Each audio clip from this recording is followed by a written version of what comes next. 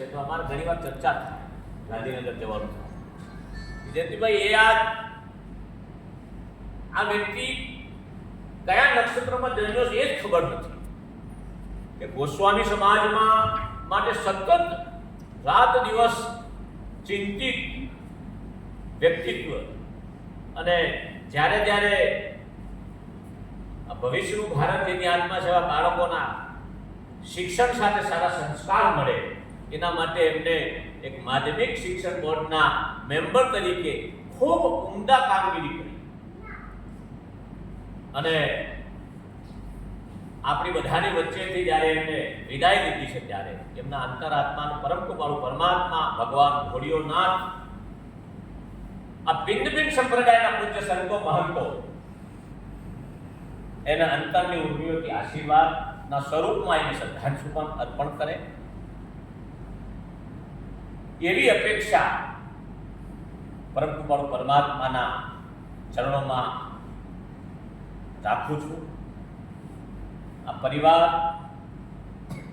ઉપર જે આફત આવી છે એ આફતને સહન કરવા માટે પ્રયત્નપૂર્વક માં આશાપુરા એના ખોળામાં વિરાજમાન કરે એવી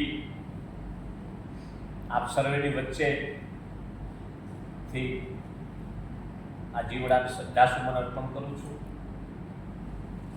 પ્રવીણપુરી સાથેના સ્મરણો વાગોળવા જઈએ તો ઘણો સમય થાય. મેં 19મી તારીખે ફેસબુક ઉપર જોયું, તરત ફોન કર્યો એમના દિનેશભાઈના મમ્મીને, વગેરે વાત થઈ કે અચાનક કે આ બેડ રેસ્ટ હતા અને એમને આ દુનિયામાંથી વિદાય લીધી છે. મારે ઓલરેડી 20મી તારીખે આવું હતું, પરંતુ સમય સંજોગોમાં પહોંચાયું નહીં. મન બનાવ્યું હતું ગઈકાલથી જ કે જવું છે કે જો પ્રવીણપુરીજીના એક મિત્રતાનો જો નાતો આપણે સાથે આપણા તો નિભાવો હોય તો ત્યાં પૈસાનો કોઈ મૂલ્ય નથી.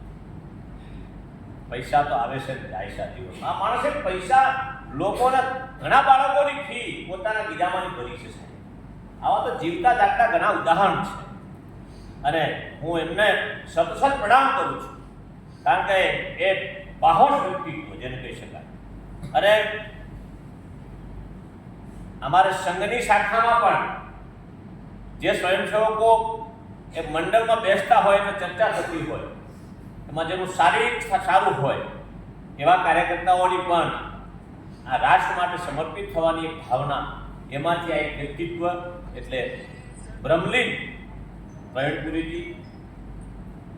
આપણે બધા 2 મિનિટ એમના અંતરાત્માને શાંતિ મળે એના માટે રામધૂન બોલાવીશું.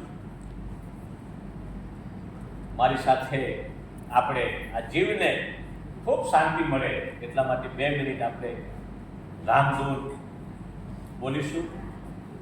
શ્રી રામ જય રામ જય જય રામ, શ્રી રામ જય રામ જય જય રામ, શ્રી રામ જય રામ જય જય રામ, શ્રી રામ જય રામ જય જય રામ, શ્રી રામ જય રામ જય જય રામ, શ્રી રામ જય રામ જય જય રામ, શ્રી રામ જય રામ જય જય રામ, શ્રી રામ જય રામ જય જય રામ, શ્રી રામ જય રામ જય જય રામ, શ્રી રામ જય રામ જય જય રામ, શ્રી રામ જય રામ જય જય રામ, શ્રી રામ જય રામ જય જય રામ. બોલીએ શ્રી કૃષ્ણ કનૈયા લાલ કી જય. ભગવાન સોમનાથના ચરણોમાં આપણે બધા પ્રાર્થના કરીએ કે બ્રહ્મલીન પ્રવીણપુરીના અંતરાત્માને ખૂબ શાંતિ મળે. એ જ આજના દિવસે એમનો સાચી શ્રદ્ધાંજલિ. અસ્તુ ભારત માતા.